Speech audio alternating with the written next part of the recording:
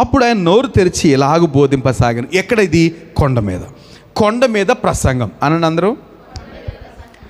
So ఈ కొండ మీద ప్రసంగం అనేది బాగా పాపులర్ అయిన ప్రసంగం అండి. యేసు ప్రభు చేసిన ఈ గొప్ప ప్రసంగం అంటారు కదా, ఇది ఒక అద్భుతమైన ఏంటండి హెడ్డింగ్, అత్యున్నతమైన వర్తమానము, అత్యున్నతమైన బోధకుని ద్వారా. యేసు ప్రభు కంటే గొప్ప బోధకుని ఒక పేరు చెప్పండి. యేసు ప్రభు కంటే గొప్ప బోధకుని ఆయన పేరు చెప్పండి. వి కాన్ చెప్పలేం. ఆయనే ది గ్రేటెస్ట్ ఏమండి ప్రీచర్, గొప్ప సేవకుడు, గొప్ప బోధకుడు ఎవరంటే యేసు ప్రభు. ఆ యేసు ప్రభు ఇచ్చిన గొప్ప బోధే కొండ మీద ప్రసంగం. ఏమండి, ఒక అత్యున్నతమైన వర్తమానము, అత్యున్నతమైన బోధకుని అత్యున్నతమైన బోధే కొండ మీద ప్రసంగం. రైట్? దేవునికి మహిమ కలుగును గాక. మనం ఈ సమయానికి ఆ బోధ దగ్గరికి వచ్చాం. సో యేసు ప్రభు ఆ బోధ విషయంలో ఏమండి, ఈ మత్తయి సువార్త 5, 6, 7 అధ్యాయాలు, మొదట 3 అధ్యాయాలు అంటే కొండ మీద ప్రసంగం మొదటి 5 అధ్యాయము, 6 అధ్యాయం, 7 అధ్యాయము పూర్తి కొండ మీద ప్రసంగం పూర్తిగా ఉంటుంది అనమాట. ఆయన కొండ మీద 3 అధ్యాయాల ప్రసంగం చేశారు. రైట్? 3 అధ్యాయాలు ప్రసంగం చేస్తే దాని ఆచరణ మిగతా 2 అధ్యాయాలు అంటే 8, 9. అంటే ఇది బోధ, మొదట 3 అధ్యాయాలు బోధ, మిగతా 2 అధ్యాయాలు ఆచరణ.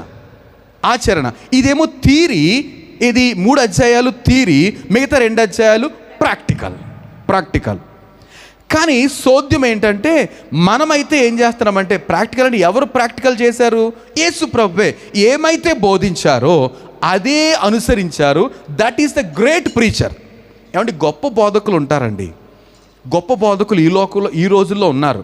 ఈ గొప్ప బోధకుల పరిస్థితి ఏంటంటే బోధిస్తారు మాత్రమే, అనుసరించరు. కానీ ఈ గొప్ప బోధకునికి, అత్యున్నతమైన బోధకునికి ఉన్న తేడా ఏంటంటే యేసు ప్రభుకుని ఆయన ఏమైతే బోధించారో దాన్ని అనుసరించారు. అందుకే ఈ బోధ లేకపోతే పరిశుద్ధ గ్రంథం, ఈ బోధ అత్యున్నతంగా హెచ్చించబడింది. అనేక మంది జీవితాలు, నాలాంటి మనలాంటి వారి బ్రతుకులు మార్చేది ఏంటంటే ఏమైతే బోధించారో దాన్ని అనుసరించారండి. కనుక యాకోబు అంటాడు, ప్రభు శిష్యుడని యాకోబు అంటాడు, మీలో అనేకులు బోధకులు కాకుండుడి, మనం అనేక విషయాలు తప్పిపోతున్నాము, చాలా జాగ్రత్త అంటాడు. ఎందుకని? బోధకులను మనకి మరీ ఎక్కువ తీర్పు ఉంటుంది కాబట్టి ఎక్కువ మంది బోధకులు అవ్వద్దు. కారణం ఏంటి చెప్పండి? మనం బోధిస్తున్నాము కానీ దాన్ని అనుసరించట్లేదు కాబట్టి బోధకులుగా ఉండదు. అంటే ఎవరైతే అనుసరించట్లేదో వారు బోధించకూడదు. పౌలు అంటాడు, బోధించిన నేను భ్రష్టుని అయిపోకుండా ఉండటానికి నన్ను నేను నలగొట్టుకుంటున్నాను అంటున్నాడు. అంటే కొన్నిసార్లు బోధించేస్తున్నాడు, దాని విషయంలో ఈయనకి పరిపూర్ణత లేదు, తిను అనుసరించట్లేదు. కనుక ఏం చేస్తాడంట? ప్రభు దగ్గర, అయ్యా ఈ మాట బోధించాను, నేను ఈ విషయంలో బలహీనంగా ఉన్నాను, నాకు సహాయం చేయండి, దీన్ని జయించాలి. అది బోధకునికి ఉండాల్సింది. యేసు ప్రభు ఆ విషయంలో is perfect. So greatest preacher, greatest preach.